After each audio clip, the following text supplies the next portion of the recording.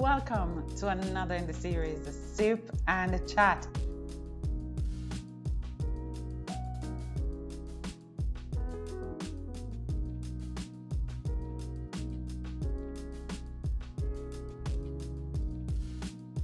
Welcome to another in the series, Sip and the Chat. I'm your host, LELEITH TOMLINSON. It is indeed a pleasure to be joining you this afternoon.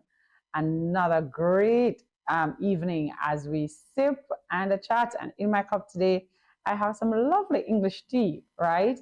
And you know, they say you can't do tea with milk, right? You got to do a little sugar. So it's just currently marinating, and I'll soon tell you, I just got this tea, how tasteful it is. Well, you know, we came out to June talking a lot about getting into relationships in terms of marriage and what were some of the things that you were supposed to expect.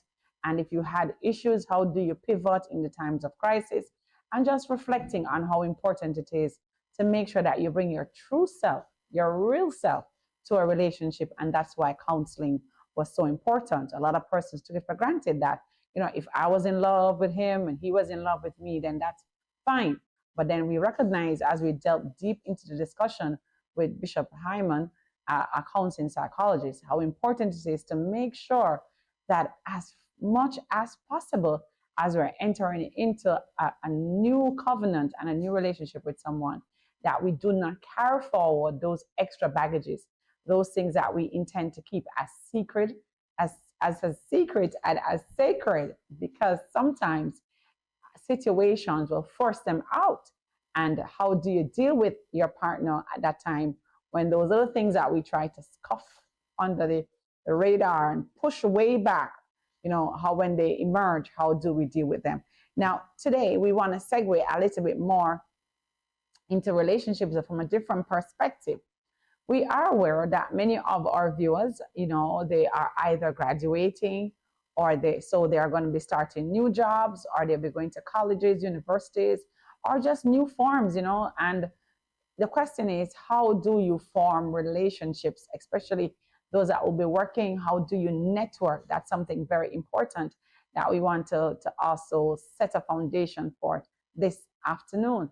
Now, I found it, when I was preparing, I found it so interesting that the thought even dropped in my head about relationships beyond just marriage, but more so relationships as just interaction and friendships, you know. Because I smile because I'm just coming out of my church convocation, and the discussion and the theme was all about relationship using Psalm 23, and where David said, "The Lord is my shepherd." And so right there in that opening scripture, and we're going to have a long discussion on that at some other point, because it was really eye-opening, some of the revelations that came forth. But just for this evening, just how the psalm starts, that, you know, the Lord is my shepherd, was David establishing his relationship as a sheep with the shepherd. And if anybody knows the story of how shepherds are so territorial over their sheep and how they try to protect them by making sure that their heads, this is in the physical now, are covered with oil, because if the parasites will come on their heads and the worms and try to burrow into their skulls. But when their heads are covered with oil, it makes it that much more difficult. And so David, being a shepherd himself, could liken Jesus unto a shepherd, because he understood the kind of care and the kind of diligence that he executed in making sure that his sheep was always protected. And he was quite cognizant, quite comfortable in knowing that that was the same kind of love and care that Jesus had for him. And as I said, we're going to deep dive into Psalm 23 at some other point. But today, we want to talk about relationships in terms of friendships. As I said, some persons are transitioning in the month of July to universities, to colleges, to work. Some persons finding new jobs. You know, it's so important that even in the workspace, that when it comes on to September, many people from about August or July are saying, you know what, had enough of this job, I want to find something new. So they too are going into a new space. Now, one of the things I want to talk about relationships are they're the single most powerful force shaping our lives, relationships helps us shape our todays and our tomorrows. For some people, that molding and shaping may be very positive, and for others, it can be very negative. So, one of the things that you want to establish is that you want to ensure that when you are forging relationship, forging alliances with other persons, there are some things that you need to consider. And the first thing I want to establish is that you must know your truth. What is your truth? What is it that you stand for? What is it that you believe in? Because when you enter a space, those persons are not normally coming neutral. They're coming with an opinion on whether it be religion, whether it be finances, whether it be politics. They're coming with an opinion. So when you enter a space, though it's not something that you're just going to enter and placate, you must be very conscious. You have this, what we refer to as mindfulness of who you are and what is it that you stand for. So let us say, for example, you're going to find a new job, and the job that you engage in, those people are very, they like to party, or they like to go out and they like to have a drink after work. But those are the people in your space. Now, it's not that you can't go, but you'd have to have your boundaries very clear as to what is it that you stand for. You see, sometimes a lot of Christians will say, oh, I don't do this and I don't do that, and that's fine. But sometimes they say that because they've never been pressured or they never found themselves in a space, right? So it's very important for us that we are so grounded in what we believe in and in what we know, that when those pressure comes, we can still be able to say, okay, so yeah, I can go, but I'm going to just have a soft drink, or I'm not going to go as well, is quite fine. So one of the things that we want to establish as we form relationships is that we must be grounded in what are our do's and what are our don'ts, right? And for young people, these are usually things that you grow upon. And I say to parents that in this dispensation, one of the things that we want to establish is that we're going to be seeing a lot of new things happening in the spaces, a lot of divergent comments and views on issues and topics. So parents, before students are going out to colleges, you want to have that conversation. Yeah? You want to have that conversation with your child. This is why we do this, and this is why we don't do that. You don't just get very irritable and make a statement like, listen, don't you ever. No, you try to explain, because there are a lot of questions, a lot of things we embrace because it's what we saw, we knew no different. But now, the children of today are coming up in a society where there are a lot of contrasting views. And so it is knowledge that is going to help them as well to become grounded in the space. So like the good book says, they can stand, and having done all to stand. One of the things I've always noticed a lot about Christians is that, yeah, we engage in the conversations, but when persons come to us with arguments that appears more potent than ours, we become very irritable and to the point of almost quarreling. But when you're comfortable in your truth, you can pull from a word here, you can pull from a word there, and you're able to present it in a palatable way, even without being loud. You're able to do just that. So relationships are the single most powerful force shaping our lives. They are essential for a happy, healthy existence and social connections, because we have to connect to people. If you're going to be a student in a university, you want to know people in your class. You want to be able to have that reference point. If you miss the class, you aren't clear on something, you want to be someone, resourceful person that you can go to. The same thing with a job. You want to akin yourself to people who you see are making progress in terms of they are doing the right things and they get a little applause here and there, and you want to get close to them as well, because you might be new to a role and you're not clear on certain things. So you want to have that kind of comfort to know that, oh, I can go to Miss Brown because she's an excellent mentor, or I can go to Mr. Spade because he will help me along the way. So relationships are very important. And I said to parents who said to their kids, I don't want you talking to nobody, I don't want you doing this. You can't isolate the kids. You can't isolate them from the environment that they're in, right? Because they'll have to interact as they move on. As I say, in this season, Lots of students graduating from sixth form and fifth form are going to be making those decisions. Where am I going next? Am I going to work? Am I going to school? And so they will be interacting with people. So you want to have those kinds of conversations with the kids for them to understand what they're doing, because they are going to need people, right? And they're going to have to make those hard choices, and they're going to have to say those hard no's. Yeah, even when everybody is doing it, they will have to appreciate that. Listen, have your fun, do what you want to do, but I can't do it. Just like how Joshua had to set it plain and straight that as for me and my house, we will serve the Lord. A lot of things was happening around him. People were worshiping all kinds of idols, saints, all kinds of things. But Joshua was very grounded in his belief and in his faith, and not just himself, but his household as well. Thus, he could declare that as for me and my house, providing guard over his own, he could say, we will serve the Lord. So I want to encourage parents to have those conversations. And even if your child is at a certain age where you can't pull them to the house of the Lord, still speak about why you believe what you believe. Affirm God. Highlight the goodness of the Lord as a family when you are going through stuff. Oh, the Lord God came through for you, and that is why you worship him as a true and living Savior. Have those conversations. It's going to be very important. Now, when we have connection, it's heavily linked to faster healing and lower risk of major health challenges. When we have people that we can communicate with, it does make a difference, right? We need to be able to have somebody who is our person.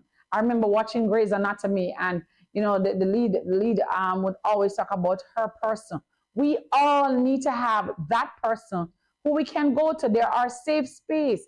I'm encouraging these things because a lot of people out there are suffering. The suicide rate, it goes up, especially in the summer months.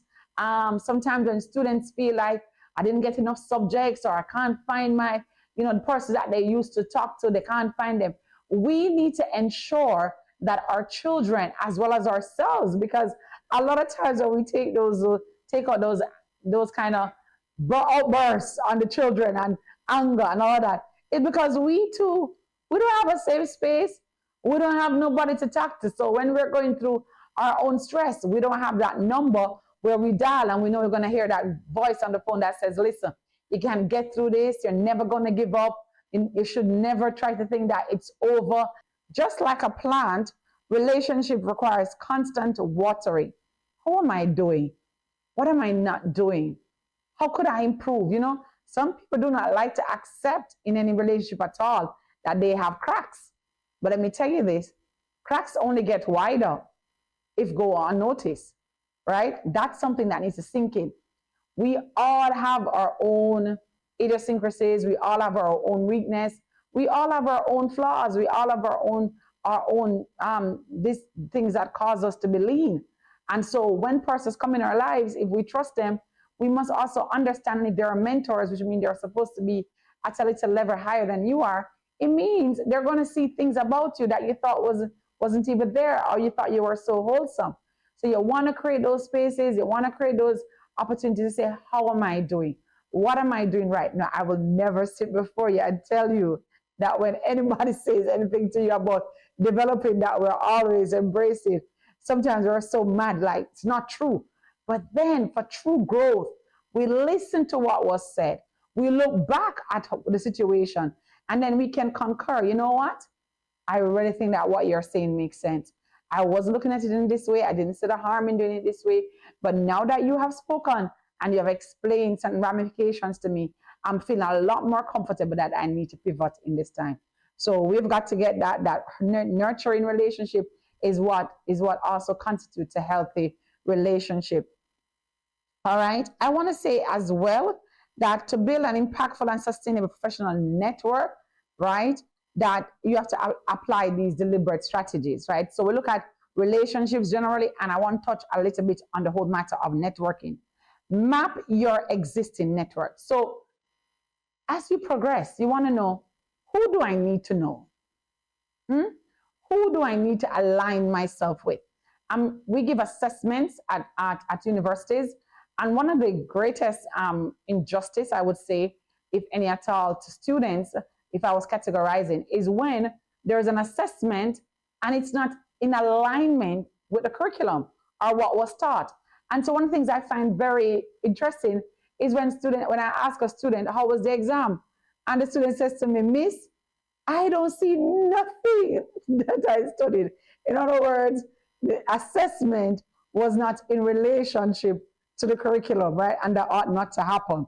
So when we think about networking, what we're saying is that whatever we are passionate about, whoever we are connecting with, there must be something that brings us in alignment with the person who is mentoring us. It could be our professional career, it could be our personality, it could just be that you have gaps that you think that you need this person to help you get over. But which is why when choosing the mentor, you got to be deliberate, because there's no need to choose a mentor who is not at a certain level to help you to go to the next level. People cannot take you where they've never been because both of you will be scared, right? I think that's a big point. Someone can never take you where they've never been because they cannot offer you no guidance.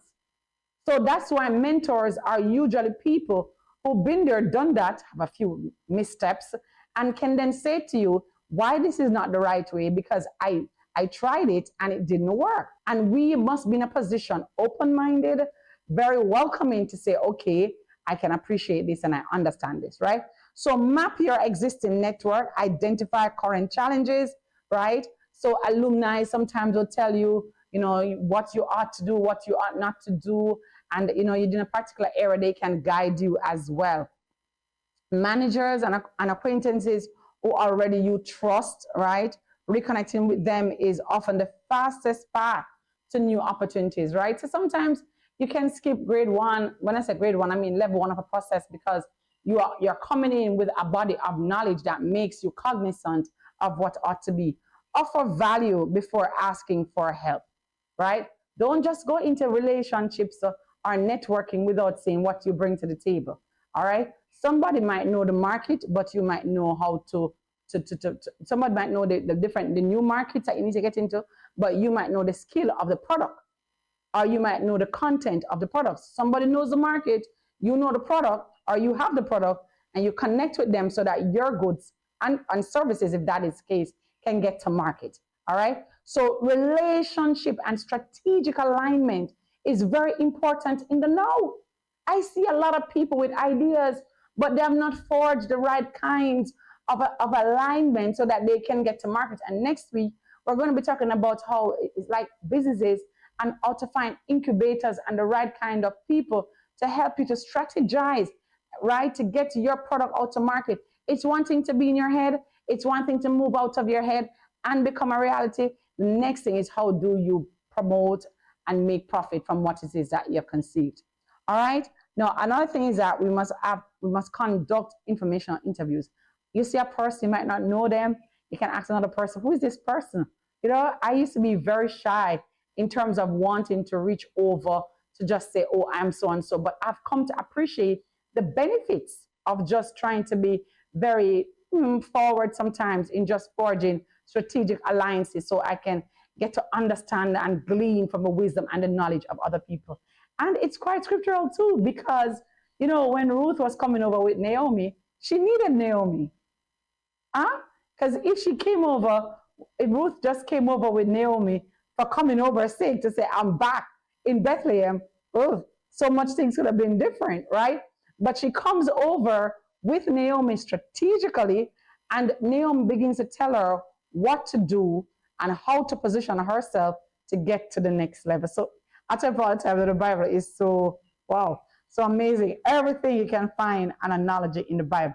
Strategic alignment is so important, all right? So the other thing that we want to do is that we want to maintain contact. Listen, a lot of people lose valuable relationships because of lack of contact. We spoke about that in marriages. We said how important it is to communicate, to reach out. You cannot be trying to forge healthy relationships, whether it be for professional and so on, and you don't make contact with people. And if you promise a call back, you do a call back. You have to make sure that you capitalize on what is so important. Well, this is getting so interesting. As I said, next week we're going to talk a little bit about alignment and how you position yourself to go out there. Some people, they have no content, but they have the people skills, man. They don't know about the content and the product, but wow, they are good at forging alliances, and they move up quite quickly because they have the personality, they have the jargons, they have the lingo, and so on. And I think in this season, even though times are challenges, there are opportunities out there, but you have to make sure that you present your best self, which is your best brand. You see, you're a brand. You are a brand. You represent you. And you have to make sure that in whatever you do, you put your best self forward. Have you been depriving yourself of great opportunities by not forging healthy relationships? You have been seeming to connect with people who sap you dry instead of those that elevate you. The time is now. The season is ripe. It's time to connect to a powerful source that can seek to open up the doors for you. And yes, God is able, but He also puts people in our lives that we need to open up our eyes to say to ourselves, how do I make the best of this relationship? Wow, it has been a season, right? I haven't even gotten a chance to sip, right? It's a nice tea out of England. Yeah, very nice. I have a little coconut thing going on to it, right? So until next time, remember, healthy relationships matter. Continue to sip and chat as we go through this series on forging healthy networking relationships. Until next time, see you. Continue to sip and chat.